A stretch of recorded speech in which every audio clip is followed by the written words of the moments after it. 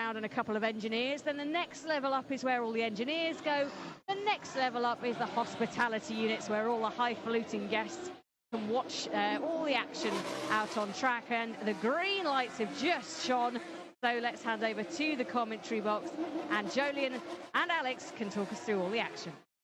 And talking you through, thank you Jenny, talking you through two McLarens exiting the pit lane, in sharp contrast to what we saw earlier on when Carlos Sainz only set 4 laps, most of them at the end of the session. I think the majority of them set as he came round at the end just to complete the installation process.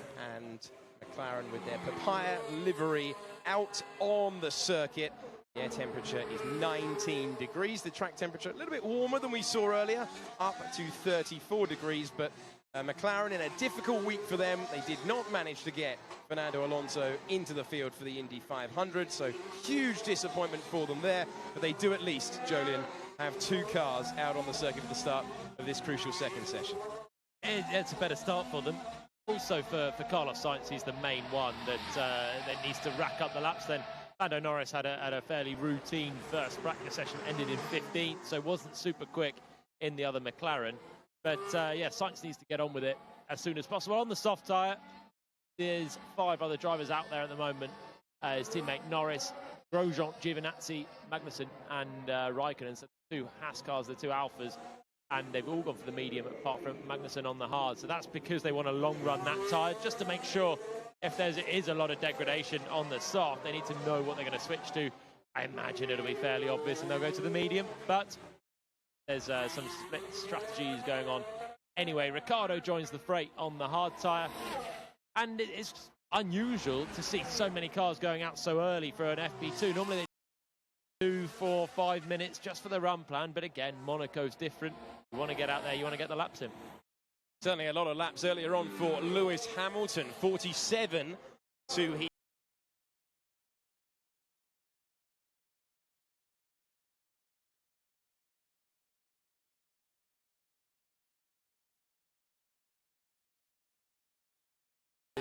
Sebastian Vettel.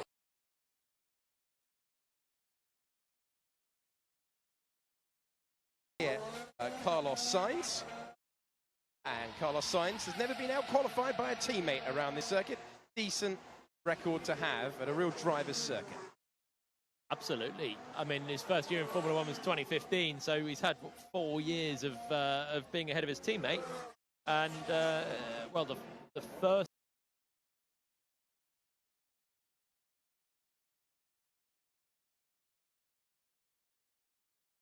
Actually, 2015, he started for the pit lane, Carlos Sainz, because he ignored the weighbridge in practice or qualifying. I don't remember, but that was just come to me there. But, yeah, that's a nice stat. Always a good one to have around Monaco as well. It is the circuit where the driver can make that bit more difference because it's so tricky, basically. There's so much that goes into a good lap. It's a short lap time around here. 1 minute 12.1 was Hamilton's pace from earlier on. That will only drop as we go through the weekend. But there's still 19 corners and so much to get right in such a short lap. So normally the field spread will be bigger than at Austria, for example, which is another short lap, but 6 corners and a lot less to get right or wrong. Of course, the walls being close here as well makes a big difference. The undulations, the bumps, the curbs, it all makes it a very difficult track. So to go well here, it's I think it means you're doing something right. Antonio Giovinazzi is the fastest driver at the moment. Might as well say that because it won't remain the same for the rest of the session. 1:14.6 his time. A reminder, as Jody mentioned a few moments ago, the fastest time from earlier, a 1:12.1, as out on the circuit at the moment. Giovinazzi, Raikkonen, Norris, Grosjean, Magnussen, Sainz, Ricciardo, Hülkenberg, Albon, Kvyat and Stroll, and remaining in the pits at the moment, Sebastian Vettel for Ferrari, Gasly, Perez, Leclerc, Verstappen, Hamilton, Russell, Bottas and Robert Kubica. Kimi Raikkonen continues on a fairly rapid time, trying to demote his teammate. He was ahead of him earlier on in the top 10 in 9th place. Giovinazzi was a couple of tenths away, but just a tenth away actually in the end. So a strong start to the weekend. This is where drivers are in the rhythm, though. This is where the times will be lowered. Track, of course, at its most rubbered in. Quite large amount of track evolution this weekend. And we also have some parts of this circuit, the 2 miles, 3.3 kilometre circuit, with have been resurfaced, notably at the Nouvelle chicane, where they've put a bit of tarmac down. Pirelli saying, though, they won't make a huge difference because it's standard tarmac that's been laid down, not quite the usual sticky tarmac that you get at somewhere like Bahrain. Jenny has wandered down to Ferrari. Yes, I have, and the homeboy has headed out, Charles Leclerc, and there are now flags adorning the banners on the grandstand. The barriers all have CL logo and Charles Leclerc on them as well. He's gone out onto the track, a shiny new pair of the softest tyres available this weekend. And just to remind you that these Ferrari cars can go pretty fast. In fact, so fast that both of them got caught speeding the pit lane earlier on today. So unusually, Vettel got done for a 62.6 kilometres an hour. And Charles Leclerc got done for 62.8 kilometres an hour. So each of them having to pay €300 to the FIA. And do you know probably the reason for that is not that they're actually going per se too quick, but it's they've shortened the distance in the pit lane, so they can cut the corner as you're coming through and basically not go round the full distance of the. You sort of come right off the Rascasse, and then you can straight line the left-hander. That means the distance over time is different compared to if you're going round the full distance. That's probably why. It could just be a glitch on the software of the setting on the pit lane speed limit button. You just put the button on, it should take you to the speed limit. But the reason they've probably both broken it with a similar speed is because they've cut that corner. So therefore, they've basically done what should be the standard distance in a quicker time than usual. So they go speeding. There we go. Hadn't even considered that before. That's why we pay you the big bucks, Jolien. GCSE physics for you there. That's coming right out.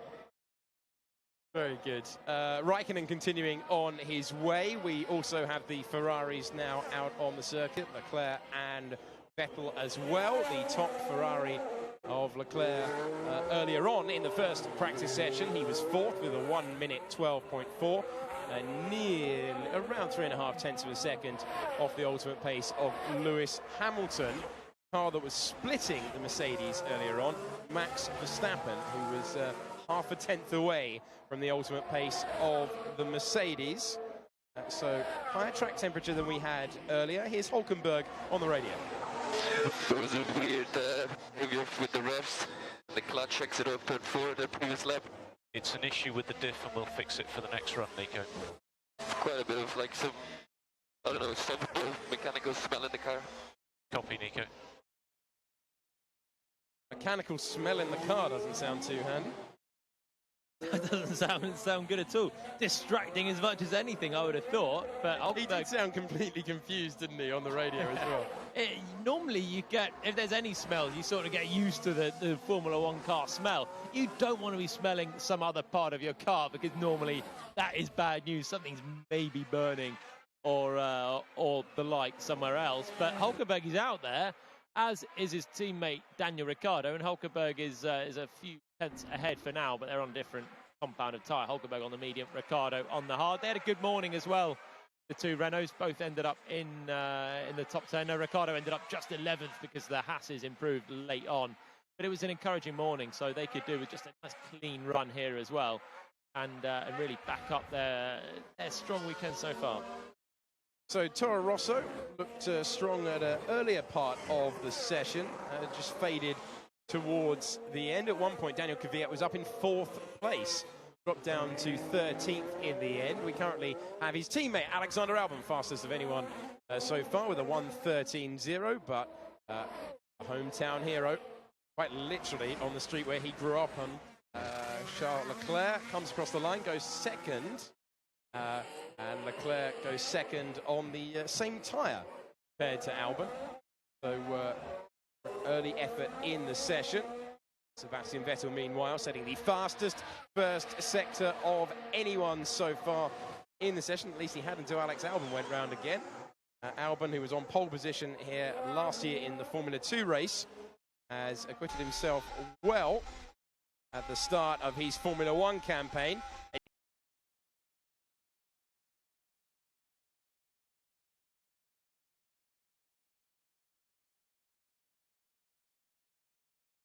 Wait, and now you can get on the throttle. 19th and final corner to go, not quite with the Bottas line of lighting up the rear tyres, but this should be the fastest time of the session so far, and indeed it is, a 1:12.9 for Sebastian Vettel. 0.1 quicker than Alexander Albon, who's improving as well. So right now we have Vettel beat Albon as their head-to-head for the session. They're on the same compounded tyre, both on the soft. So Albon now coming up to the line, and he goes back to the top by a 10th. So Albon's flying in the opening 10 minutes here, and the Ferrari's just a little bit adrift. Vettel now ahead of Leclerc, both on the soft tyre. Vettel was, I think he actually feathered out through that swimming pool section, so the confidence still needs to build, and it will do as the track gets better as well, but just still a little bit cautious. The Toro Rosso feel that their car has been capable of more points than the drivers have actually delivered this year through a combination of maybe having a rookie in the car and Kvyat, of course, getting back used to Formula 1 after a year on the sidelines. Leclerc currently setting the fastest first sector of anyone so far. Magnussen pops himself up into the top 10, but a long way off the pace. Haas will just be happy to be out there and competing after that rather bizarre incident earlier on in the first free practice session, where both cars were given not the black and orange flag, should have been, but the black flag to return to the pits when they had no radio or telemetry. Attacking this final part of the racetrack then. Corner 18 is out of his way. It is a right-hander that brings you onto the pit straight that isn't straight. Across the grid, Hatchings he goes to cut the beam. And he only goes second. And he does not manage to displace Alex Albon at the top of the timing pages. Impressive stuff so far from Albon. You'd assume he's on a light fuel car, yeah, and not quite on the same as the Ferraris. I don't think he will genuinely be quicker than the Ferraris. But right now, that is a very, very quick time. Most of the rest of the runners haven't got the soft tyres on. Only Sainz, who of course missed that morning session, he's down in 9th and improving all the time. And his teammate Daniel Kvyat's down in 12th, 2 seconds away from Albon. So big difference there. But yeah, Albon had a reasonable morning, similar on pace to his teammate. They were 13th and 14th though, but for now, he's flying out there. Bossing it at the top of the timing pages, but obviously a long way to go. Hour and 17 minutes between us and the checkered flag. Qualifying simulations to come your way as well, before they'll focus on the long run pace. Albon set his fastest time on the soft tyre. Same applies to Leclerc and Vettel. And then from 4th with Raikkonen, and then Giovinazzi, Norris and Hulkenberg. Those times being set on the medium tyre. And just a reminder that Pirelli have brought the 3 softest compounds they possess, but they are all at every race this year, the soft, medium and the hard. Probably worth bearing in mind that the way we expect Red Bull to be a fixture towards the front, more towards the front here than at any other race this season so far. And Verstappen sort of showed that by splitting the 2 Mercedes earlier on. But the way that Red Bull should be quicker, you'd expect Toro Rosso to be equally making a step forward in the midfield battle, because they've got a relatively, I mean, obviously a massive type of Red Bull. They are the B team of Red Bull. And they've got a similar car characteristics. They've both got Honda engines now, and similar design concepts. So we expect Red Bull to be quick. Ricciardo won the race in the Red Bull last year. This year's Toro Rosso very much based on last year's Red Bull. Is it a surprise if Toro Rosso are very quick? Don't get me wrong, I'm not expecting Albon to stay at the top of the times, but I think they'll probably be quietly confident heading into this weekend. Yeah, they are definitely aiming for big points. Remember last year, Pierre Gasly in the Toro Rosso with a great run through the field. Probably his best drive of the year. Got that headline 4th place in Bahrain, but he did so many laps, did such a long stint here last year on his way to good points for Toro Rosso.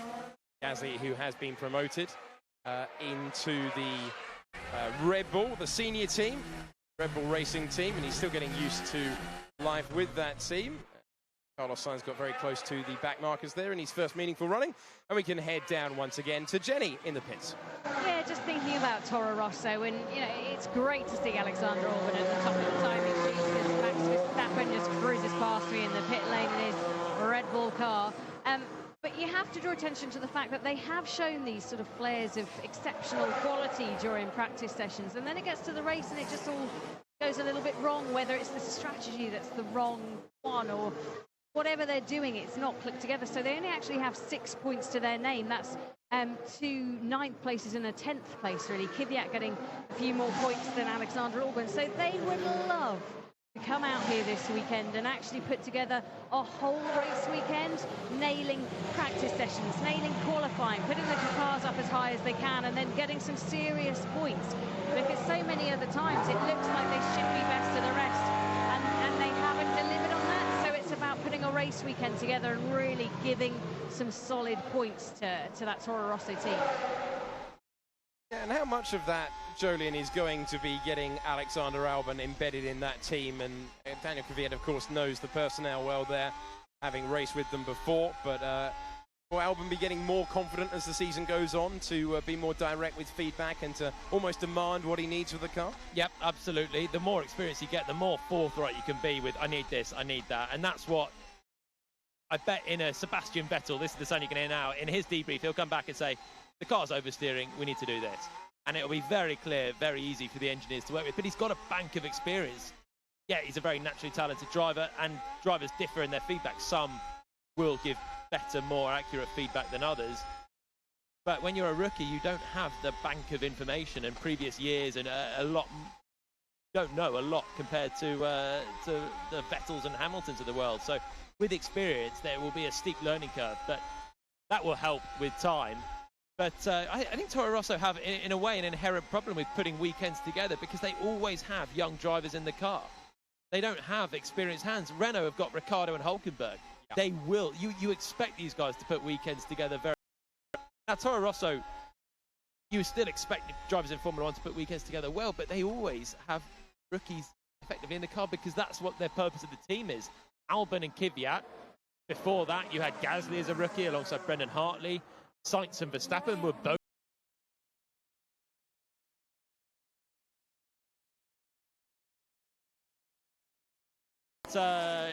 inherently they are taking on young rookies that they hope will be champions for Red Bull. So it must be in a way exciting because you have future champions coming through your team all the time, but in a way frustrating because they will see more rookie errors than most teams around them, I guess.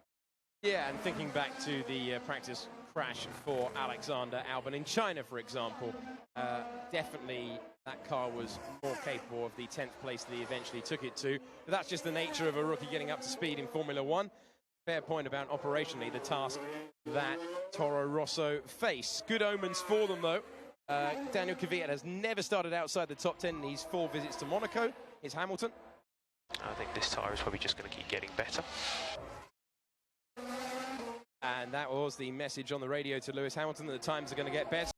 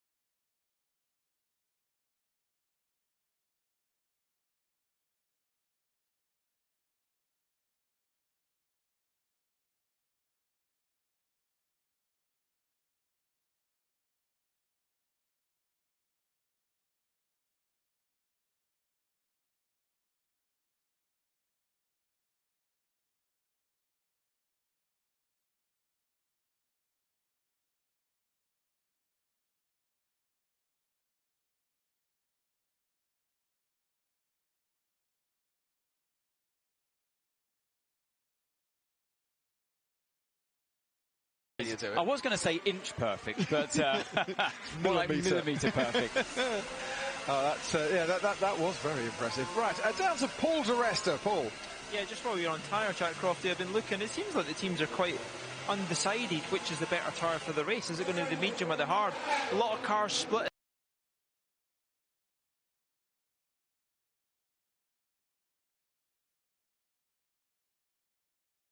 The biggest one for me probably is the reference is Ricciardo and Hulkenberg, who were quite close to each other in P1, but some 1.1 seconds apart at the moment. Unless things have changed since I saw a screen, it's quite hard to see it down the pit lane. But like you say, Mercedes also saying they need to also just keep doing consecutive laps. Obviously in qualifying, that's going to be quite hard if they want to try and progress through on the medium in Q2 to start the race in that. So that's where it might get quite difficult. And remember, Ferrari slipped up in Baku, making the wrong decision on that when they had the most dominant car. I think the thing is here, and thanks for that.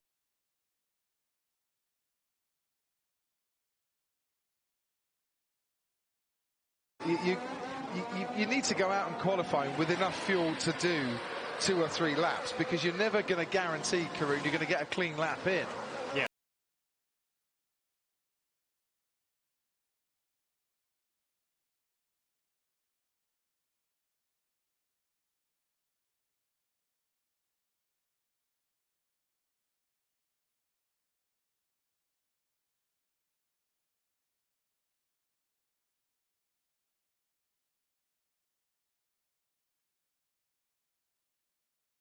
Little tussle has been resolved in the favour of the world champion for the moment. Let's go downstairs once again to the pit lane and Jenny Gow.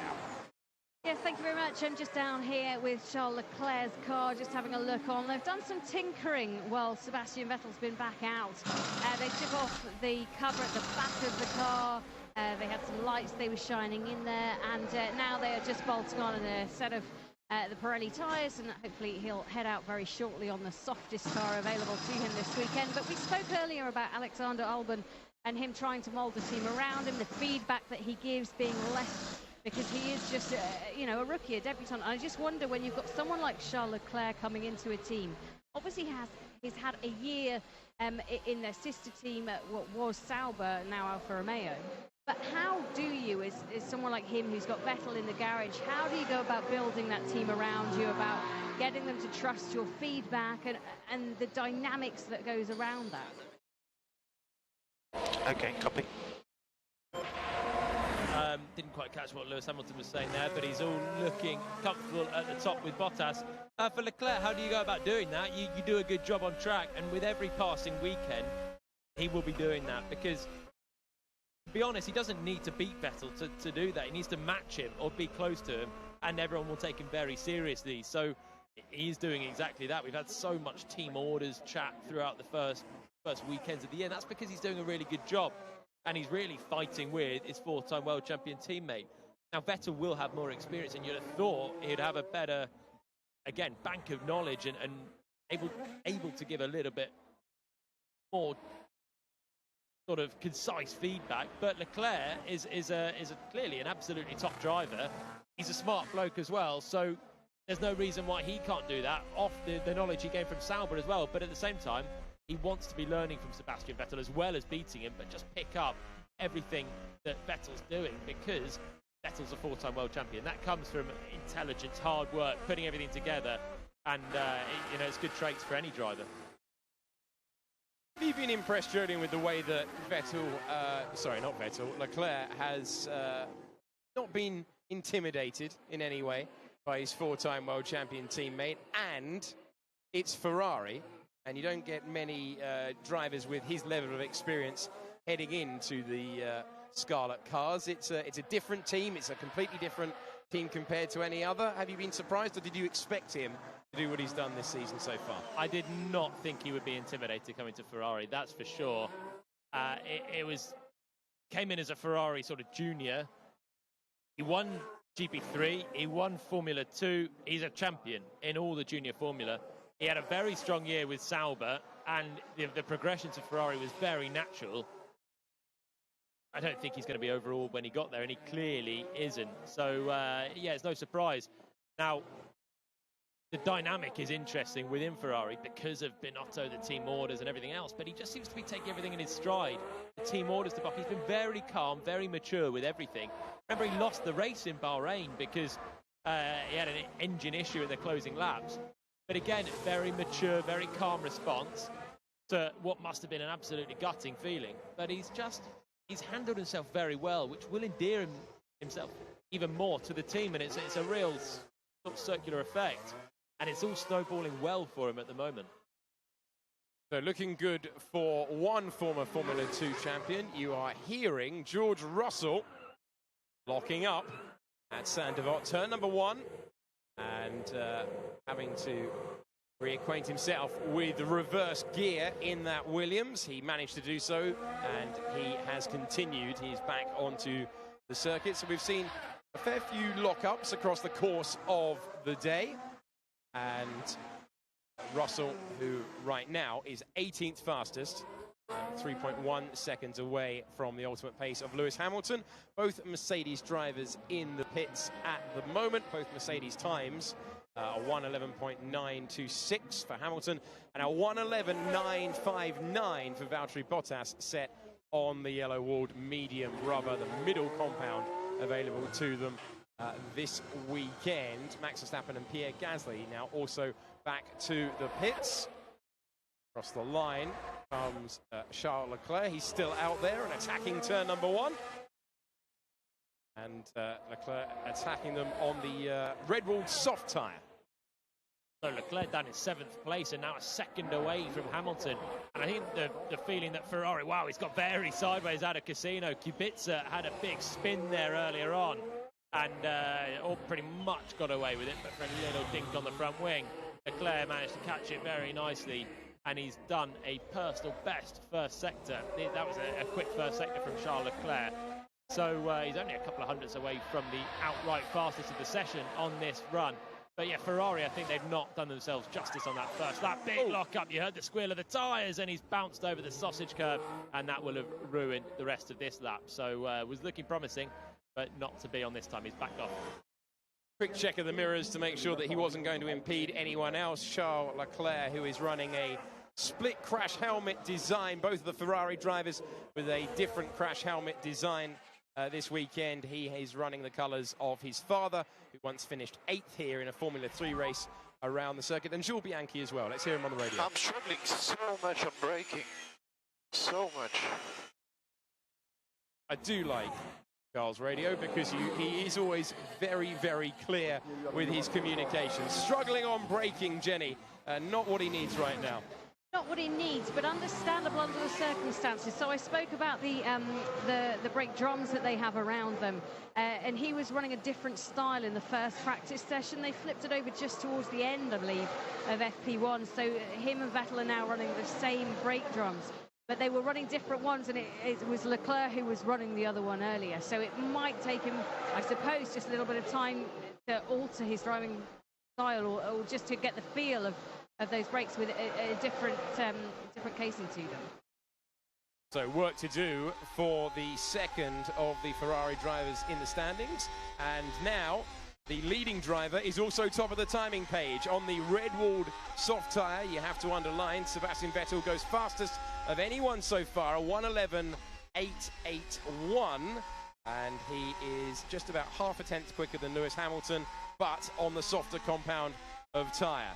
And just to finish the point that I was making a couple of minutes ago, Sebastian Vettel, is running a red Niki Lauda tribute crash helmet. And so both of the Ferrari drivers running special one-off helmet designs this weekend. We have under an hour to go. Vettel is the fastest driver, but on a softer compound, Jody. And Leclerc's done a lap now after that first aborted one, and he's gone 6th. Behind Antonio Giovinazzi's Alfa Romeo, who was only 3/10 away from Sebastian Vettel. So Giovinazzi has done a really, really strong lap again. He's ahead of Raikkonen, who's in 8th, and they're not too far away from the absolute pace there. So good stuff from both Alfa Romeos, who look like they got the car dialed in fairly quickly. Having said that, Leclerc now improving immediately in the first sector. He's up to the middle sector. But when you're struggling with braking, you lose so much confidence, especially into the chicane after the tunnel, because it's a notoriously difficult braking zone. You see so many cars locking up and running straight over there. And you just need confidence on it because there's so many braking zones, just corner after corner after corner here. And a lot of braking zones where you're having to turn as well, a lot of wheels in the air as you go through some of the slower corners at turn 5 and 6, the hairpins. So if you've not got a good feel for the braking, then it really does make a big difference to your entire lap time. Under an hour to go then for the second free practice session of this Monaco Grand Prix Thursday, the anomaly that sees us run on a Thursday for the only time this season. And here, Kevin Magnussen braking at the Nouvelle chicane. It's not really that new anymore, but he makes his way through, and we can hear him now about to attack to back corner. Just through the swimming pool now, to the right-hander on the exit of the swimming pool. Got a Williams ahead of him. Trust will stay the right-hand side. It does. Now crank on all the lock available to you. Go round the final corner. So Haas looking to put the strange session behind them. And Magnussen does improve, but it's only to go 12th fastest, and that is on the red soft rubber.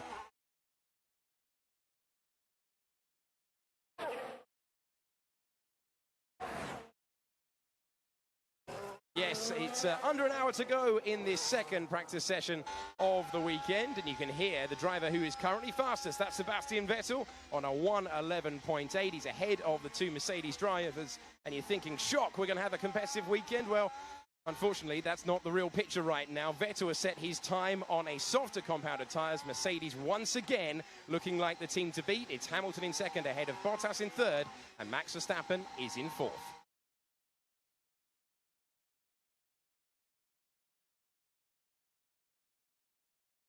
So 55 minutes ago, if I'm sure you could tell, everyone, that was a quick blast into 5 Live.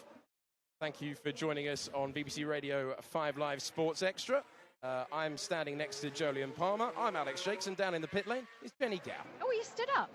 I am. Oh, that's interesting. Is Jolyon stood up beside you? Have a guess. I'm going to guess no. Anyway. He's very chilled. He's very relaxed. He's a typical driver. The drivers at the moment, most of them are sitting down. They're in their cars. It's what you do.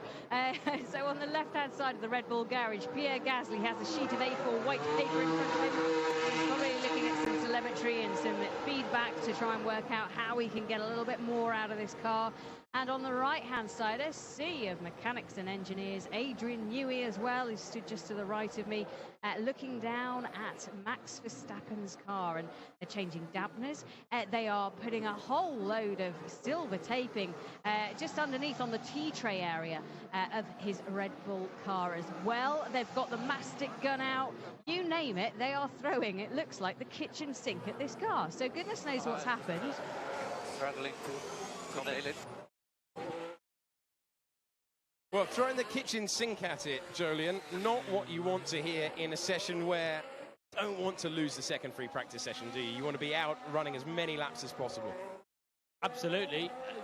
I mean, they've shown reasonable pace so far, Red Bull. Verstappen split the two Mercedes earlier on. He's only a 10th behind them on a first run, but, of course, on that softer tyre. So I think the thing is, this has always been their happy hunting ground, so maybe being second or third is not really enough. This is the one where if you throw the kitchen sink at it, do everything you can, work out as much as you can from the setup, maybe it's the one where they do just sniff a victory still.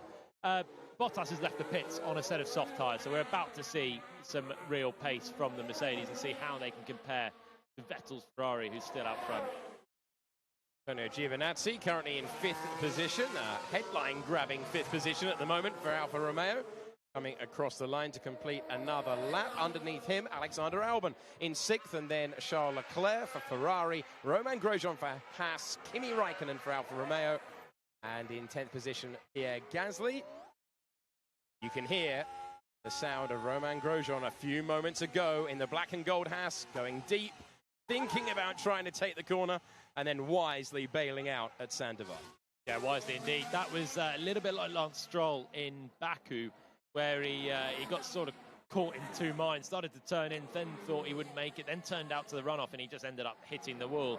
But Grosjean bailed out early enough and just managed to reverse that one back on track. He's up in 8th place, so for all of Haas's dramas earlier on with the black flags, missing the running, they've actually seemed to have a pretty reasonable car. They both ended up in the top 10 earlier on when they got going at the end of the session. And Grosjean is looking all right so far. He's half a second away from Vettel's pace, and nearly half a second up on his teammate Kevin Magnussen as well, who's down in 13th. Yeah, Grosjean coming off the back of his first point-scoring finish of the season in Barcelona. Just the 1 point with that 10th place. He was running far higher before the safety car restart.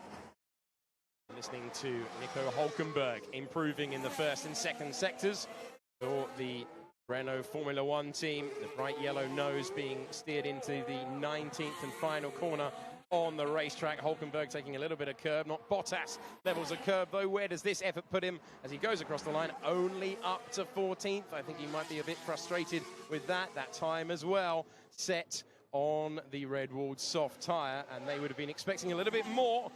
Teammate is coming over the line as well. Down into turn 1, so Ricciardo starting a lap. Hülkenberg's lap, he did finish, putting him 14th, 1 minute 12.9. Ricciardo just finished a lap as well. He just didn't improve on that last one, so he was 1,000th away from his personal best. But no improvement for Ricciardo. Down in 16th, Hülkenberg 14th, so it was looking like an encouraging morning. But right now, they're both towards the back of the midfield. So Alain Prost was watching on, and as Hülkenberg crossed the line, it was sort of cut to him, and he did not look too amused, with a bit of a furrowed brow at what was going on. And it's a team that they need to score some good points at this Grand Prix. Montreal, you sense, will be a tough race for them, but they really need to score. Barcelona was pretty poor for them, really. Baku was disastrous for them. They're a team that on the back foot. They had a good morning, but they need to find a little bit right now. Ricciardo is finding a bit on this latest lap, though. Personal best in the first 2 sectors, and he's going to come across the line just in a minute. Hülkenberg still will cut the beam. Ricciardo rather will cut the beam. We'll see where he goes. He does improve. Was a personal best last time around, but not improving in the order, which means we can go down to Jenny, who's made her way to Mercedes.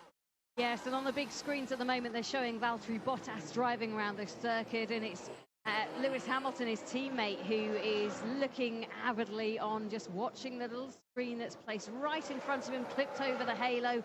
He sees what his teammate can do around here. The man who seems to have been able to just have the edge over Hamilton this year when it comes to qualifying at a single lap pace, which is something that Hamilton's always been so good at.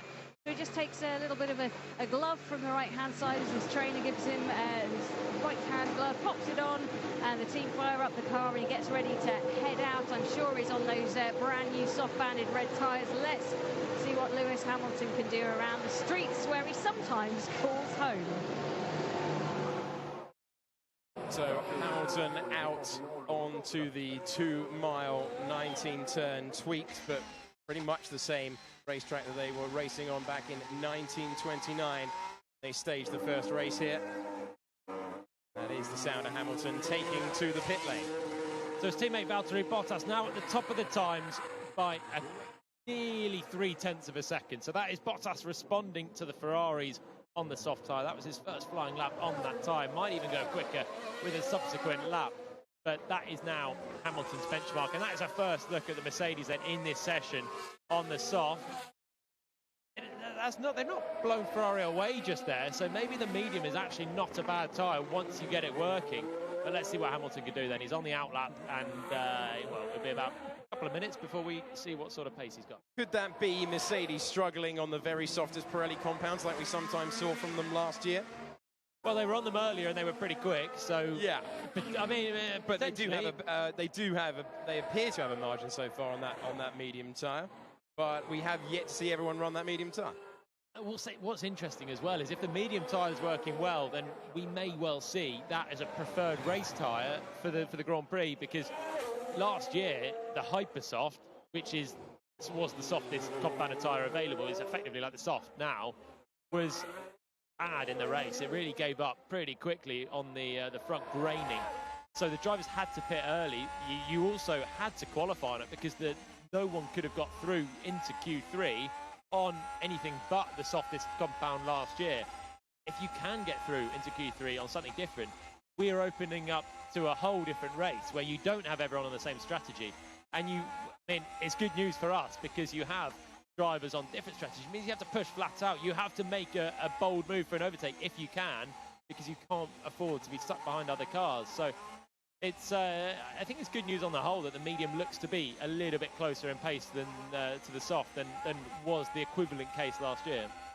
Bottas has just set his personal best in the first sector as he tries to lower the bar, lower than the 1 minute 11.5 he has currently achieved so far in the session. You can hear the Ferrari of Charles Leclerc taking it to the left-hander of Tabac, and Leclerc not improving at the moment in either of the first or the second sectors.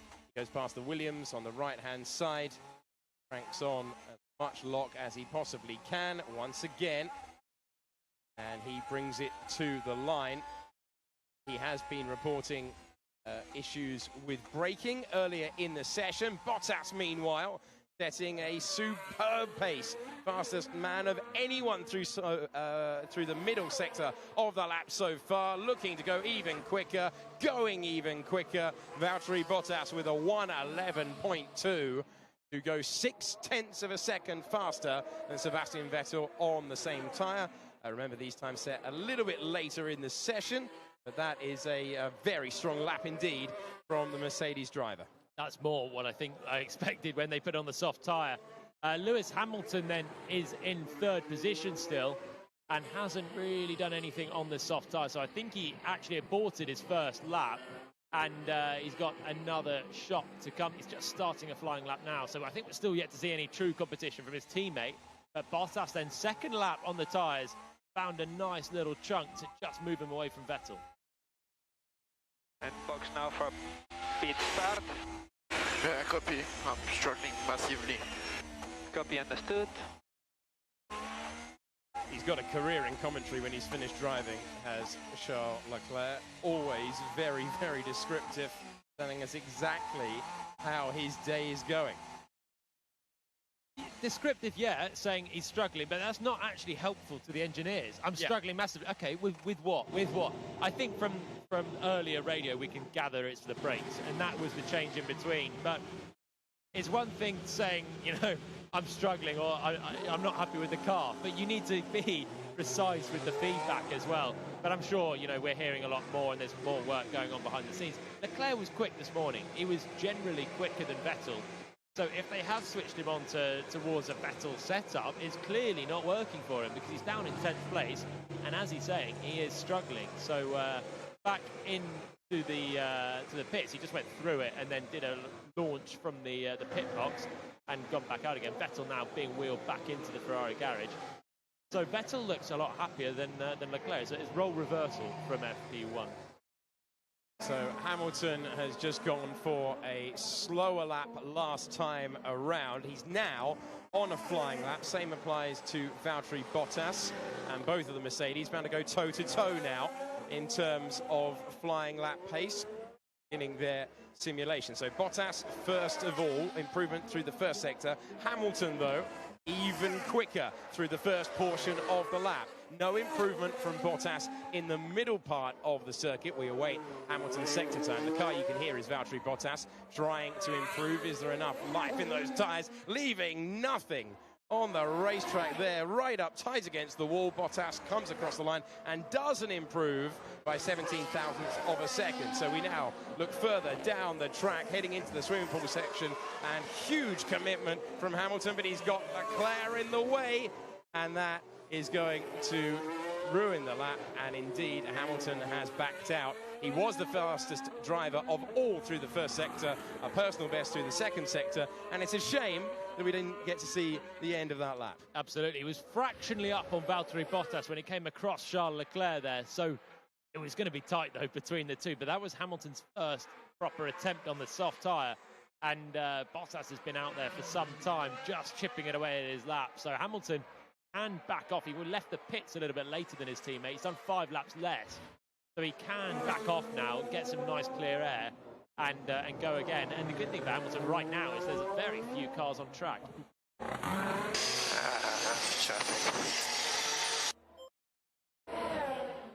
So frustration being held up. Yeah, Gasly's just come across the line. He set a 1 minute 11.9 on the soft tyres.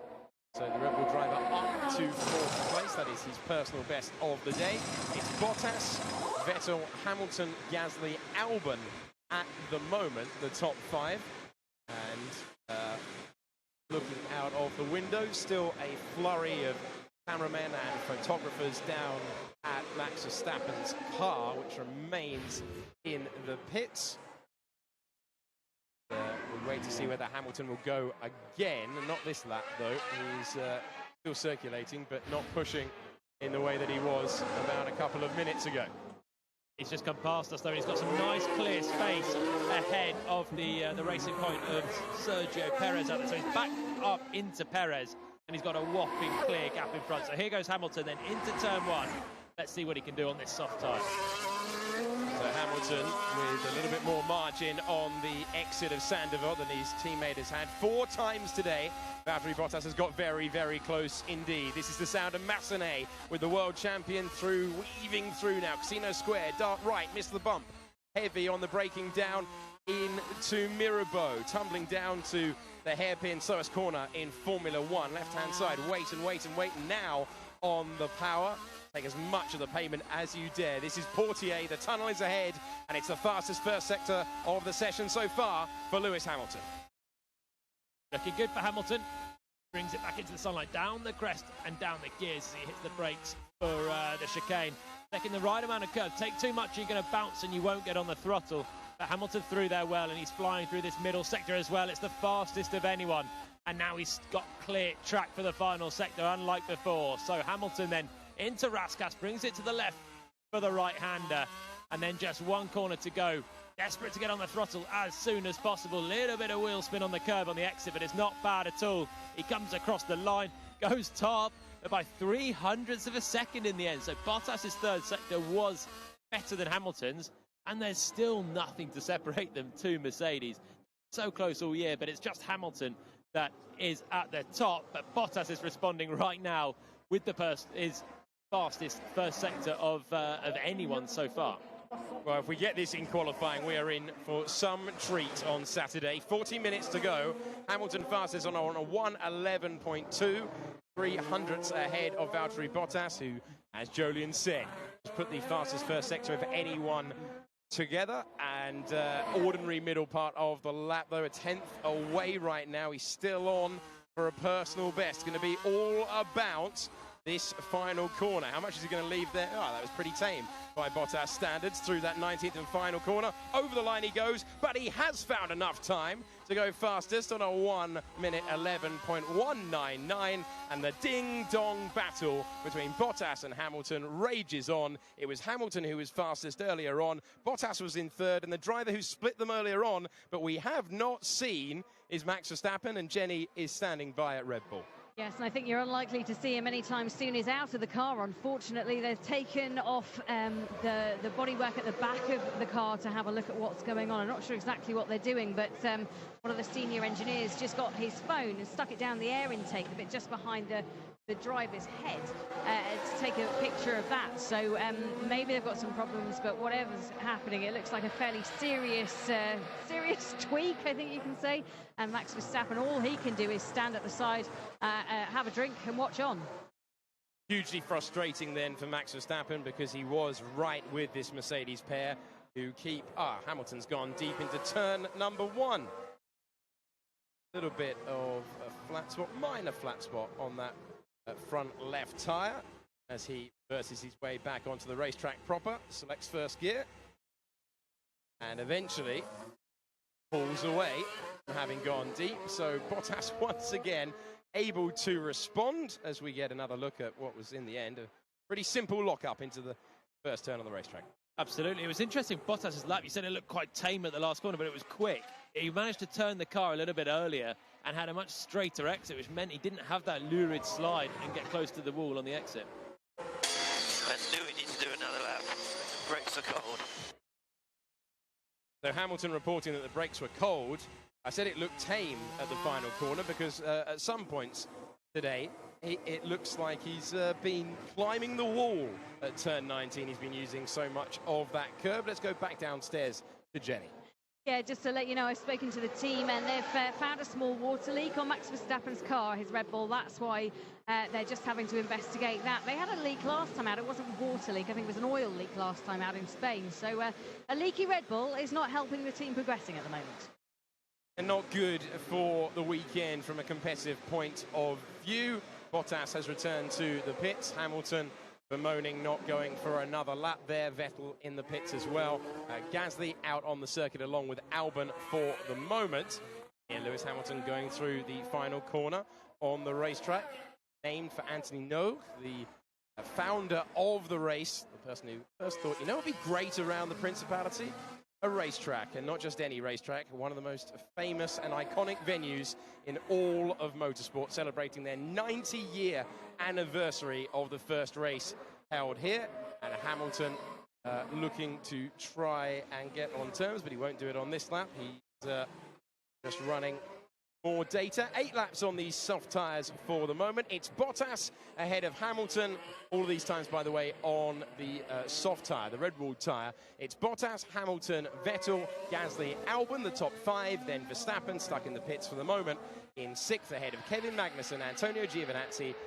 9th place, Kimi Raikkonen, rounding out the top 10, the home hero Charles Leclerc, ahead of Romain Grosjean in 11th. Lando Norris is 12th, then comes Sainz, Kvyat. 15th is Sergio Perez for Racing Point. And then the 2 Renaults down there in 16th and 17th. Lance Stroll is 18th. And then it's George Russell, who set his time on the medium tyre, ahead of the car that is currently in the pits. That's 20th place, Robert Kubica. Whatever Renault did over lunch has not worked at all, has it? They are really struggling in this session. 16th and 17th, as he said, Hülkenberg fractionally ahead of Ricciardo and only ahead of Stroll, who's having a really shocking time of it this weekend. He's nearly 2 seconds away from Sergio Perez. He's done the same amount of laps on the same tyres, but Stroll has been really languishing so far this weekend. I have to say, I think it's a good track for Sergio Perez, this one. He's been on the podium twice, I believe, around here. So not a good track for the car. You wouldn't say that we'd expect the Racing Point with the characteristics to be strong around this circuit, but Perez as a driver seems to really gel with it. But further up, Verstappen, bad news. He's that, if it's a water leak, then that's a big change, you'd have thought. But the good news is he's only a couple of tenths away from Vettel in 3rd. Bad news is he's a long way away from Bottas and Hamilton, but he's a run down. So if he did a second run, you'd expect him to bridge that gap somewhere between Hamilton and Vettel. But is it about to be Bottas and Vettel? Because Hamilton's flying. Certainly is. Just 1 corner to go. He's got the Racing Point ahead of him, but that's not going to trouble him as he comes across the line, looking to beat a 1:11.1. Does he do that? Yes, he does. It's still a 1:11.1, but he is now 8 hundredths of a second ahead of his teammate Lewis Hamilton, the fastest driver. And what a fantastic battle this has been all the way through the day. These two have been barely able to be separated, but right now it's in Hamilton's favour. Once again, though, by less than a tenth of a second. I think every qualifying this year, aside from Barcelona, where there was no one improving at the end and Hamilton did a very scruffy lap in Q3, every other session, they are separated by less than a tenth of a second, these two Mercedes, and they are driving phenomenally well. 5.12s and the rest of it. There's nothing to separate them. I think it speaks volumes of Bottas' improvement. Here's Lewis Hamilton. Need the front left rebalance. Okay, copy. So Hamilton saying the front left needs to be rebalanced as he made his way through the Nouvelle chicane. Quite a lot of vibration there. So, do you put it more down to Hamilton's struggles with this car? Do you put it more down to the enormous step forward that Valtteri Bottas has taken? I put it down to Bottas taking a big step forward right now. Is Hamilton struggling with this car? He can say that, but it's always relative to your teammate, and relative to everyone else, he's looking great. So it's only that Bottas is matching him that then you say, I'm actually struggling a little bit. But compared to everyone else, Hamilton's absolutely flying. He's just pumped in a lap that's now 7/10 clear of Sebastian Vettel. And if there was someone a bit slower in the other car, then I don't think Hamilton would be saying he's struggling with the car. But it's the pressure from Bottas that can make you think that you're not having the best time of it. Of course, Bottas he's ahead in the qualifying battle right now, and that is unusual. So clearly there is an element of Hamilton maybe not as comfortable as we've seen, because he's such a good qualifier. But Valtteri Bottas undoubtedly has raised his game this year. So we're just getting a replay of Lance Stroll taking way too much curb, but sometimes that can get you airborne and spit you into the wall. It got him airborne, managed to avoid the Armco barrier. As you say, Stroll a long way off his teammate's pace, and huge frustration for Stroll after the difficult season he had with Williams last year. This was a new start, but it's not really returned what he would want. Sometimes we see Lance Stroll put in a mega first lap, and in the past he's overtaken as many as 8 cars on the first lap. That is tough to bail yourself out of. You do that and qualify badly around this circuit. Yeah, if he can pass 8 cars on the first lap of Monaco, I will be amazed. He'll need some sort of car park at the hairpin and manage to wriggle his way around for that to happen. But it is the sort of track that I don't... He had a really torrid time of it in the Williams last year, Stroll. He was just... on the radio last year, Jolien, what's the point?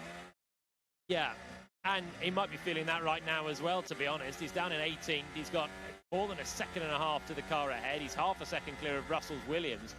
It's looking like a really, really tough weekend in the making for Stroll. He's just nowhere near Perez's level at the moment. Of course, he's got time to work on it, but it's looking like it might be another one of those what's the point weekends. Just been to the team to say anything up with the car, is he feeling okay? And I think the message is they want him to go slow and steady here. He had a big smashes, didn't he, in recent races in Spain? He had a big one as well, and I think the team just he's driven here twice before, but they're very much approaching it as just build up over the weekend, take your time, don't rush, don't panic, don't have a crash. And that's what they say anyway. They just want him to go slow and steady at the moment and just build up across the weekend. Yeah, they're slow and steady, which is a sensible approach for the start of a Monaco race. You need to build up, absolutely, and that is good advice. But at some point, you've got to deliver what you can do, and you don't want to be going from 70% to 100% because then you will crash. You want to be going 70% to 75% to 80% and then nudge it up the last bit. At the moment, he's got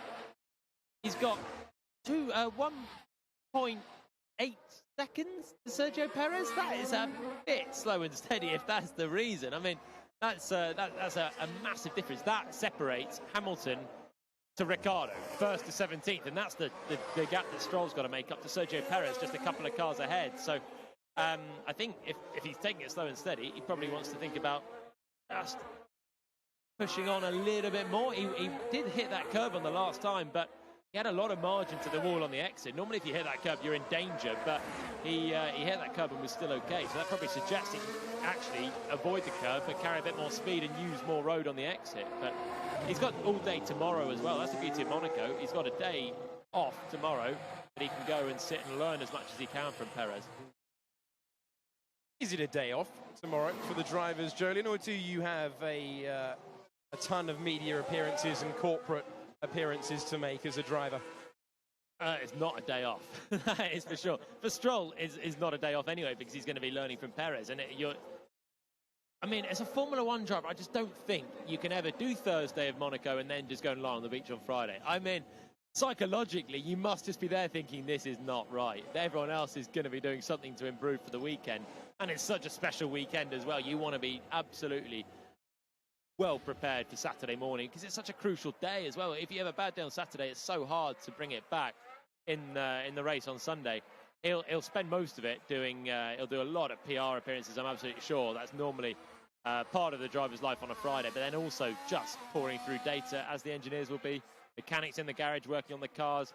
Not super high pace day on Friday because you've got so much time, which you don't normally have on a race weekend when you're going Friday straight into Saturday. When you're going Thursday to Saturday, take things at a bit more leisurely pace, but no reason not to go through and analyse everything you can.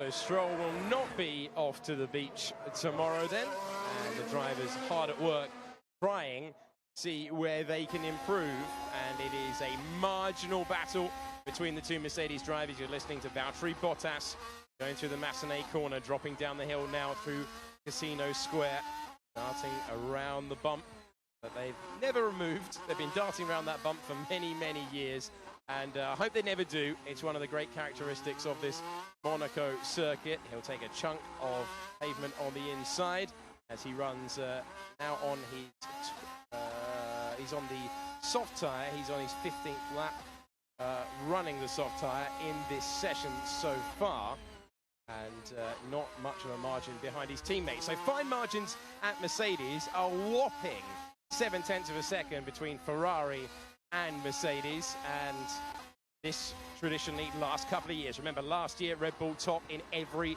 single session. That was with Daniel Ricciardo and Max Verstappen. This has been a track where Mercedes have had weakness in the slow speed corners. That weakness right now has completely evaporated, and both drivers have said at certain points that this is the best Mercedes that they have driven. Or if they have cracked Monaco, it's looking good at every single different type of circuit that they have run it at so far, and that is ominous for the rest of the field. So after Barcelona, there were question marks. Can Mercedes be F1's first invincibles? First is Raikkonen. Okay, Kimi, the brakes are too hot. We need some lift and coast to help the brakes, please. Also, the front tires are hot that way. If brakes are hot, we need to lift and coast. But Raikkonen saying actually also the front tyres are hot. So basically confirming lift and coast will bring the temperatures a little bit back under control. It just means that you lift off before the end of the straight and brake slightly later to make up the time, but you're actually putting less energy through the brakes because you're slowing down from a slightly slower speed at the end of the straight than you would be if you weren't lifting and coasting. But yeah, what I was saying before, the Invincibles, I mean, you think it's so far-fetched that F1 can have an Invincibles team, but the way that Mercedes are going, and with reliability getting better and better in Formula One as well, the advantage they've got, this is a big test this weekend for them. Remember Bahrain, they shouldn't have won it. They shouldn't have won in Bahrain, but Leclerc had that issue near the end. You expect over the year they will, at some point, something will happen. But they're looking really good again, basically this weekend. And if they do this weekend, between Baku, Melbourne, China, there's so many different circuits that we've been to now, different characteristics, and they've nailed them all, bar Bahrain. And this has been an outlier in the last 2 years, as we have covered, running out of outlier races. Pure performance circuits, maybe Canada could offer a Ferrari a way back. I think something like Monza or Spa, potentially, if the Ferrari seems to have a strength in terms of aerodynamic efficiency and straight line speed, it has been an advantage of recent times. But it's not really, you know, we've covered the high downforce track in Barcelona, long, fast, sweeping corners. Tick. Something like Silverstone is a lot of that, but with more straight lines. You've got front limited circuits like China. Tick. They've nailed that one 1-2. Got Melbourne, which is a low deck, sort of longer straights with chicanes in between. I mean, that was an absolute walk in the park for them. That's closer to a Montreal-ish level of track. Montreal's a bit different, but at the moment, all the different styles they're nailing. If they can nail this one as well, then I mean, it'll be unbelievable, really. So the invincible thing, just to pick up on that, if Lewis Hamilton finishes on the podium at every race this year, he will tie Michael Schumacher's all-time podium record of 155.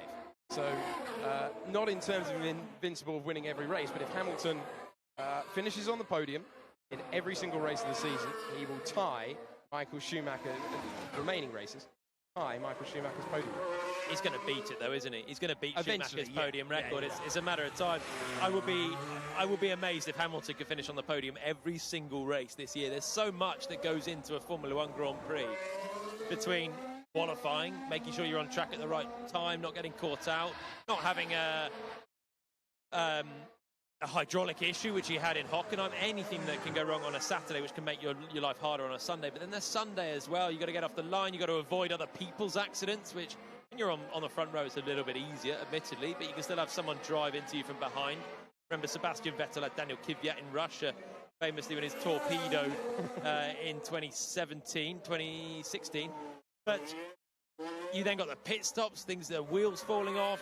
Got the strategy. If you have got good competition from Ferrari or Red Bull, then you can be done there. There are so many things to get right. Mercedes are doing it, but at every race, that's a tall order. But either way, Hamilton's staying on into next year. Mercedes car looks so good. You imagine it's going to be a regular on the podium next year. I think that record of Schumacher's is hanging in the balance. Schumacher did manage to stand on the podium at every race in a 17-race season of 2002, so it is possible. But we do, of course, have 21 races. Oh, you're talking about in a season, Schumacher's record of 17 in a season as well. Oh, okay. No, that one I think is a much tougher one for Hamilton to do. It's a longer season as well now, exactly, as you just said. And Ferrari's dominance back then was probably fairly similar to Mercedes now.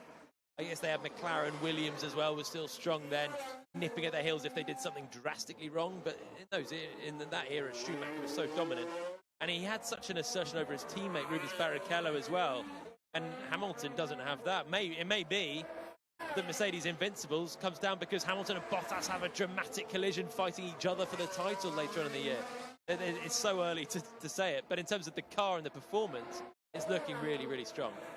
They're one of the strongest cars that we have ever seen in Formula One. In contrast to that, Jenny has made her way down to the team that currently find themselves in 16th and 17th positions. That's Renault. Yeah, and you just have to think back. This time last year, Daniel Ricciardo came here.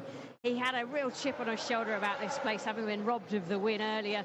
And he managed to come back from all of that and win the race. And now there he is, languishing down at the back end of this field. And I just wonder the stark contrast of this time last year when he was beginning to think, okay, I need to get out of Red Bull. It's not working for me.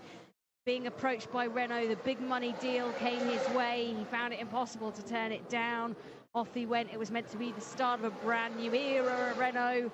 And here they are, still languishing around the back, trying new things, going to testing, thinking they've found a cure, bringing the solution here. It doesn't work.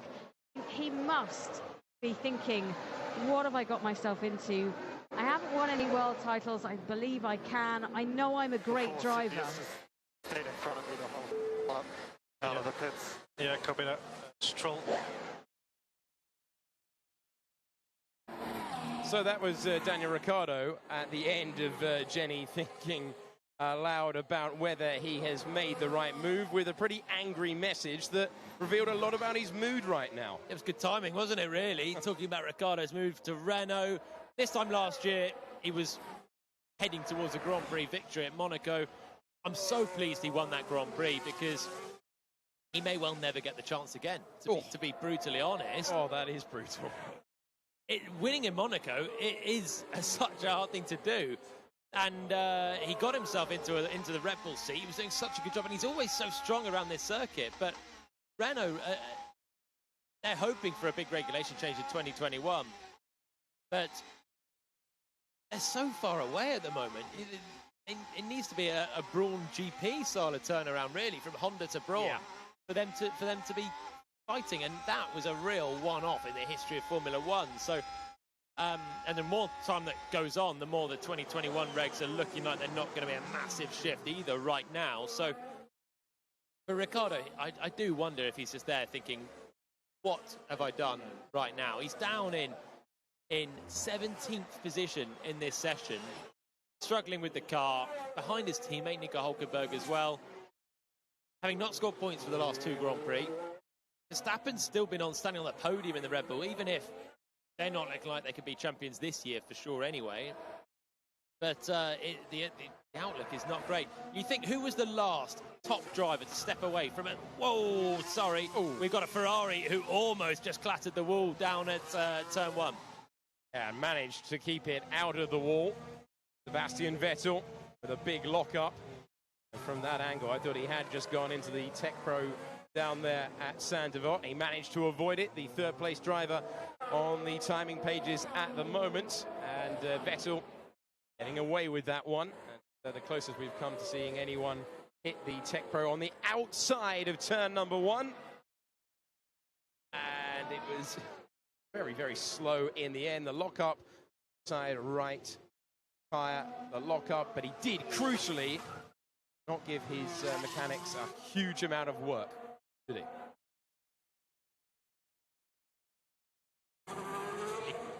He just about managed to bail out at the right time there, Sebastian Vettel. If he'd have been on low fuel and more committed going quicker, then I think he would have found himself in the wall. But because the speed on a race run is a little bit reduced, the braking point's a bit earlier, he managed to just stop the car before hitting the barrier. So good deceleration, basically, to a standing stop before finding the barrier, which is directly on the outside of the circuit. Okay, we can go down to Jenny once again to hear about Max Verstappen. Good news. This time they have just done a test. They seem to have solved that water leak issue that they were having with his Red Bull. So bodywork's just going back on. Balaclava, drink speed also going in for Max Verstappen. How much time do they have left in this session? About 17 minutes left in free practice 2 here in Monaco. So Max Verstappen hoping to climb into the car and get out relatively soon. That is good news for Verstappen, who has seen a lot of time go down the drain in this second free practice session. Good to have your company for it on Radio 5 Live Sports Extra. Hamilton back out on the circuit. That's the car you can hear on track at the moment, just running lap after lap right now. The performance part of today is over for Mercedes at the moment. Antonio Giovinazzi's put on the medium tyre. Hulkenberg with the medium tyre as well, but the majority sticking to the softs. Hamilton has run 11 laps on the medium today, 17 on the soft. So 16 minutes to go, and just Verstappen really left. He's got his helmet on, but is not yet in the car, so we've got to wait a few more minutes for that. Going back to Ricciardo, I was about to say, before Vettel had his moment, when was the last time that a driver from a top 3 team moved back towards a non-top 3 team car voluntarily? Yeah. Fernando Alonso. Yeah. I believe. I mean, Raikkonen's left Ferrari to go to Alfa Romeo, but he was pushed out of Ferrari. They took Charles Leclerc. Fernando Alonso left. He had a big paycheck from McLaren. There was a big carrot that they could get to the front with McLaren Honda, yet it ended in such frustration and disappointment. Now, I'm not saying the same will happen with Daniel Ricciardo, but you can see the frustration of someone that is used to being at the front, and now, through their own decision, they've moved themselves into a midfield at best car. Yeah. And Alonso was just week in, week out, got really, really frustrated in that situation. So Alonso in that situation, Jacques Villeneuve had a very similar situation. Took a punt, went to the BAR team, was on the podium a couple more times, never won another race after moving from Williams to BAR. He had a personal connection there. Is it worth the risk, though? Well, people will mention then the other obvious one, Lewis Hamilton. Yes. So Lewis Hamilton left McLaren when McLaren were clearly ahead of Mercedes in 2012, and Hamilton was absolutely flying. He had a lot of unreliability that year, but other than that, he might have been in title contention. He was really, really strong. Yeah. And he moved to Mercedes, who were technically probably not the top 3 team. They were the 4th team. Yeah. But the field was a lot closer at that point, and Mercedes were clearly coming into Formula 1 with a huge amount of purpose. And Hamilton had a lot of foresight to see the regulation change coming and move into that team. And, of course, the rest is history. Now, Ricciardo, the situation's not completely different. It's Ricciardo in the 3rd best team, moving to Renault, the 4th best team, of last year anyway. And there's a big regulation change around the corner. So he's got 2 years instead of 1 year that Hamilton had in 2013. But the pace golf that Mercedes were off to the pace in 2012 when Hamilton was at McLaren was way less than Renault are off now. Yeah. The disparity between the engines, the fundamental performance of the car, you're struggling with the Renault engine compared to or a Honda compared to a Ferrari and Mercedes. With these hybrid engines, they should close up, but Renault are not closing up in years and years. And it can change, and maybe in 2021, Ricciardo will be an absolute front runner. I'd love to see it happen, but it was a lot more. I mean, it was a lot easier for Mercedes to do it. Also, they had huge budget to do it. That's what I was going to say. The budget difference between Renault and Mercedes is enormous, and a lot of people, there were paddock whispers very early on that Mercedes were hugely confident with the engine that they had developed for 2014. Exactly, and it's not surprising with a huge budget and investment and a manufacturer like Mercedes into Formula One to do it. And a Renault is a big manufacturer as well, but the investment they're putting into Formula One is a half of Mercedes right now. So it's not surprising that they're not able to match their German counterparts or Ferrari, who are both investing a lot more money. Therefore, the miracle Renault jump up the field is not so easy to see as it was for Hamilton switching from McLaren to Mercedes. Jenny, what do you make of all of this? Oh, it's a mess, isn't it, really, for Daniel Ricciardo, and you do have that sinking feeling that he has done another Alonso and put himself in the wrong place at the wrong time. But on that point about the budgets, I mean, we don't have a budget cap in place yet. We don't have standardised parts for the most yet. And Renault are one of the biggest motoring organisations in the world. If they wanted to come and play the game properly, and if they wanted to put the budget in and the workload that someone like Mercedes have done, they could, couldn't they? They could come to the game if they chose to do it that way. They absolutely could invest more than they are investing at the moment. The team have said that they're not going to change their goals for this year. Well, right now, in the practice session where it matters a fair bit, they're 16th and 17th. They're going to have to reevaluate their goals for the end of the year. They wanted progress this year. That's the one thing that's going to be hurting them. They have slipped backwards, and dramatically so. It's a priority for the board, isn't it? It's a priority for Renault. Maybe the team need to go and say, well, look, we need more. We need 50 million, 100 million euros a year more to compete with the likes of Ferrari and Mercedes. And interestingly, Jenny, Ferrari this week had a meeting whereby they agreed that they were going to put more money into this year's car and not divert resources away and immediately start looking towards 2020. Which is good for us, because it means at least we might have a bit of competition. And just listening across Andrew Benson, he's not here today, he will be here across the weekend though, and our chief F1 writer, and he's saying, you know, how have Ferrari managed to go backwards in this? You know, they've said they're going to put more money into it. Mattia Binotto said they're looking for solutions, but at the moment they are off the pace by a considerable margin, whereas in Baku it looked like it was a Ferrari 1-2 for the taking in qualifying. It's dramatic, that the form that they are now showing. And the race pace as well right now. That's what all the teams are on race runs. Max Verstappen, I should say, has just left the pits as well for a last qualifying run. He's the only one out there then that's going to be going low fuel and try and improve from his 6th position. So he's been out with a water leak. That's been fixed, and he's about to pump one in. Everyone else is on race runs, and Ferrari is around a second plus away from Mercedes on their race run as well. So they just look like whatever they've done today has not worked at all. Here's Carlos Sainz. Carlos, it seems a bit like others have seen a bit of a switch in tyre performance, maybe graining onset. Be good to see if we can avoid that. So Carlos Sainz being told about the need to avoid the graining on the tyres. We have under 10 minutes to go in this second and final Formula 1 free practice session of the day. We'll run a third one on Saturday ahead of qualifying and, of course, the race on Sunday. The order has not changed after the qualifying simulations that we saw earlier. The car's still circulating on track, gathering data for the teams to pour over tomorrow. But the order, just to remind you, if you are just switching on, Hamilton ahead of Bottas by less than a tenth of a second. 7/10 between Bottas and Vettel, who is P3. Gasly 4th ahead of Alexander Albon in 5th. Then Verstappen, who's lost a lot of time in the session with what was a suspected water leak. Then 7th is Magnussen ahead of Giovinazzi in 8th. Kimi Raikkonen in Alfa Romeo is 9th.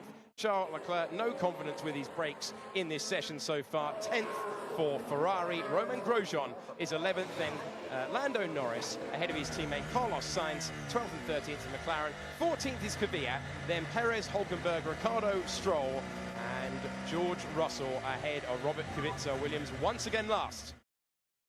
It smells like something is burning. We cannot see any issues. Let me know if the situation changes. So that's Pierre Gasly. And he is, like Hulkenberg earlier, not smelling what he wants to right now in the car. Right, back down to the pit lane, and Jenny once again. Thanks, yeah. Lewis Hamilton's just come in, so he is on his race runs, as we said. He was on a soft set of tyres, came in, team did a nice practice pit stop. It was pretty clean. They put him on a set of the medium tyres, and out he goes again. So that's one of the strategies that they're looking at, soft to medium.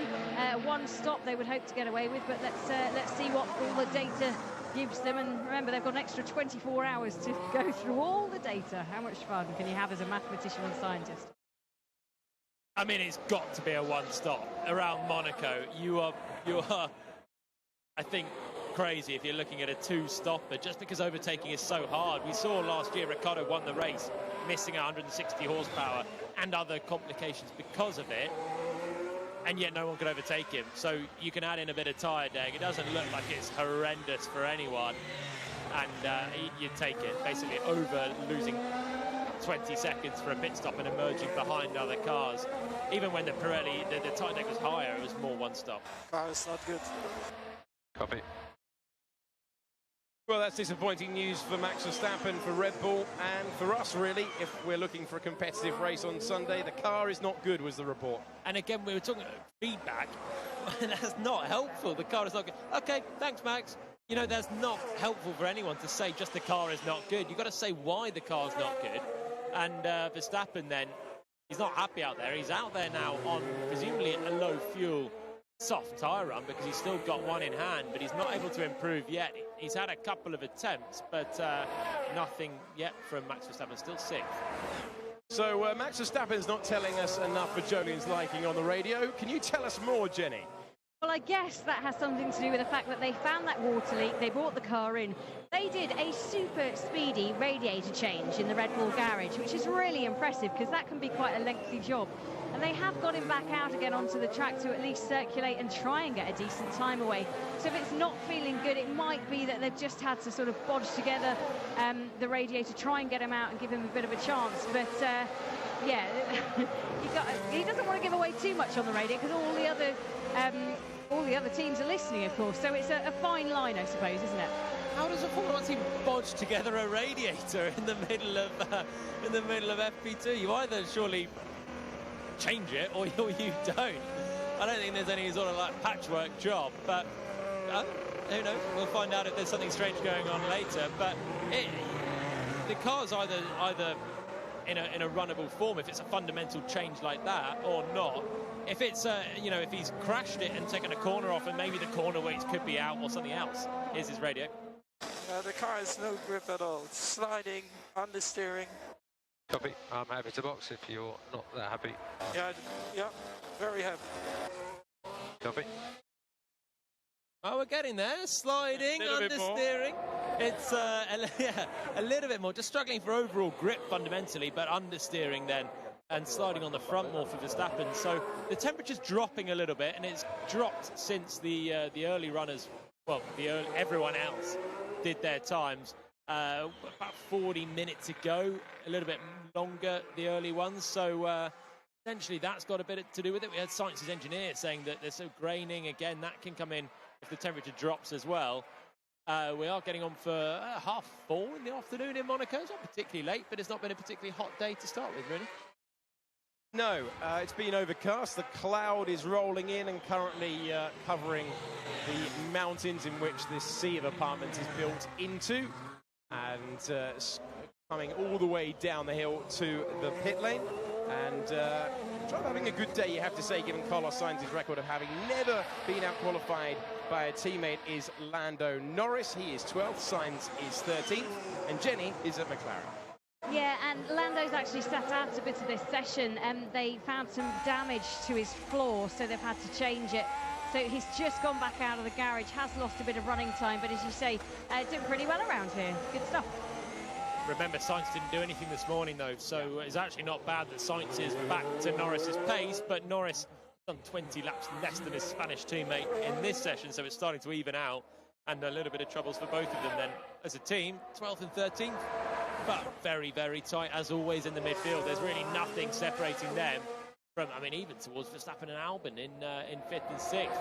It's only 3/10, so very, very tight as always, but little issues for both of them through the day. You can hear the Ferrari of Charles Leclerc making his way through Casino Square, now down the hill past the tip-top bar and then through Mirabeau to the hairpin at the Grand Hotel. Now on the throttle and under 3 minutes to go at the end of the session. No statement lap times coming. We were waiting to see whether Verstappen could pop in a late qualifying simulation, but he was unhappy with the balance of the car and has pitted, something they will all do in 2 minutes and 30 seconds time. Hamilton, Bottas for Mercedes, 1 and 2. Vettel for Ferrari in 3rd. Pierre Gasly for Red Bull in 4th. Alex Albon for Toro Rosso is 5th. Then comes Verstappen, who's had that mechanical issue throughout this second session in 6th for Red Bull. Then rounding out the top 10, Magnussen, Giovinazzi, Raikkonen, and the driver we were listening to a few seconds ago, Charles Leclerc. So 2 minutes remain. A good session for Mercedes, a bad session for Renault. Anyone else caught your eye, Jonian? Alexander Albon, I guess, is the standout in the Toro Rosso, up in 5th, 9/10 from the absolute pace, but only 2 from Sebastian Vettel. Mercedes are in a league of their own once again right now. I still think we're unsure as to where Verstappen's going to fit in. He split the Mercedes earlier on. He's clearly not happy with his car right now, but I think in a conventional run, I mean, he's on his time from one run earlier on, which was more competitive. So with a conventional second run, I think he'd be in 3rd. I don't know how close to the Mercedes, but the pace of Albon, Magnussen in 7th has done a good job as well, but they're really within fighting distance of the Red Bull of Gasly and the Ferraris. Leclerc's down in 10th position. He's been not happy at all with his car in this session, particularly the brakes. So Mercedes have got control in terms of 1-2 on pace, but they've also got the option right now of getting through into Q3 on a different compound, presumably the medium, to everyone else, which would absolutely snooker people, assuming they can get off their 1-2 grid start with a 1-2 out of the first one on a slightly slower tyre. But right now, I mean, it just is looking so strong for them. And with the strategy, they've got that in hand, because right now I don't think Ferrari and Red Bull, with their pace, can get through Q2 on a slower tyre. No, it doesn't look that way at the moment. Hashtag BBC F1, Darren Cook said, based on these times, the Mercs will be coming round to lap the Williams cars on Sunday around lap 20. Come on, Darren. It could all improve. You never know. It might suddenly get slightly more... it might get more competitive. We might have some rain. That was forecast earlier in the weekend. You never know. Looking good for Mercedes, though. Thank you for your tweet, Darren, as well. The checkered flag is being flown out of the starter's gantry at the back of the pit building. The pit's looking the wrong way towards the grandstand and the harbour, rather than the start-finish straight, but it's still being flown. And Bottas and Vettel, Albon, Magnussen, Giovinazzi and Perez have all completed their day's work, and it's a very good day if you're part of the Mercedes setup. They are chasing, of course, another 1-2 this weekend, chasing their 8th straight win, their first at Monaco since 2016. If they get 6 straight 1-2s, that is a Formula One all-time record, let alone at the start of a season. Phenomenal. And you'd have to say perfect day as well. There's really everything is going right for them right now. Again, the rivals will have a little bit more time in Monaco. There's no Formula One action on track tomorrow. So Ferrari, they're a curious one of this session, trying different things with the setup. I think they realise they're on the back foot. They clearly are on the back foot as a car, in terms of the car. As a team, they're not on Mercedes level, so they're trying different things. And for Charles Leclerc, he was looking much stronger in FP1. He was almost within touching distance, within 4/10 at least of the Mercedes out front. And this session, whatever they've changed on his car, he's now 1.2 seconds away. So that's a clear indication one way or another, maybe in a negative way for Ferrari, but it's not working well. Okay, so we're just going to do a quick update into 5 Yes, thank you very much. The session has just come to its conclusion. Checkered flag is out. And the big question at the start of this weekend was, could anyone take the fight to the dominant Mercedes pair of Lewis Hamilton and Valtteri Bottas? Well, the answer after the first day of practice is a resounding no. Hamilton ahead of Bottas, and the margin they have over the next team, 0.7 of a second. The upbeat news is it's so close between Hamilton and Bottas, less than a tenth between them. Their ding-dong battle throughout this season proving very entertaining indeed. That battle for pole position on Saturday should be very interesting, but if it stays dry, it will once again be between the Mercedes pair. It's finished. Hamilton, Bottas, Vettel, Gasly and Albon, the top 5 at the end of practice. Wowzers, gee-owzers is all I can say to that. Mercedes have just been nailing this time and time again. I am stood in the way of a practice pit stop right at their garage, so I'm just going to move to the right a little bit. But, I mean, the times that Mercedes are able to set out there as well is pretty impressive. And when it gets to qualifying on Saturday, I mean, they could go... I mean, a 110 is not unthinkable, is it? No, absolutely not unthinkable. To get to a 1:11.1, remember we've got more rubber to be laid down. It's very, very ominous for everyone else, but everyone's got a day to pore over the data, as Jolien has said so far Alex, in the session. But I'm not being funny. They could have all week, all month, all year. I am trying to put a positive spin on what is a chasm of a gap right now. Hamilton and Bottas, 0.7 away from Ferrari. It's insurmountable, isn't it? I'm going to be honest. I'm going to be honest with everyone. It's insurmountable. But the positive, as I said into that update into 5 Live, is that it is so close between Hamilton and Bottas. Jolien, I'm going to give you the impossible task. If you were going to, because we spoke about this the other day, if you were going to try and equate what 0.7 would be in another sporting arena or in distance terms between cars or whatever, to try and give it some, I don't know, some relativity. I mean, if we're talking about Usain Bolt doing the 100 metres, where would Usain Bolt, aka Mercedes, be, and where would, you know, the competitors, the Gatlin, where would they be behind with this sort of a pace advantage? Right, well, that's a very serious question here. Well, Bolt's over 9 seconds. This is around a 1:11 lap. So 0.7 in Bolt's race would be huge. For 0.7 in Formula One, based on the fact you're in about 7-8 times the distance, you're talking about basically less than a tenth, half a tenth, 0.0. It's a photo finish for Bolt. But not the 0.7 gap. Either way, it's big in Formula One terms. It certainly is. Right, so Williams have a lot to do. They're bringing up the rear. Ricciardo languishing down in 17th, not where he'd want to be for Renault. But what can they do? They have a whole day to play and try and work it out. We have a preview for you tomorrow night at 9:30. So come and join us for that. Thank you so much for joining us for this. We hope you've enjoyed it.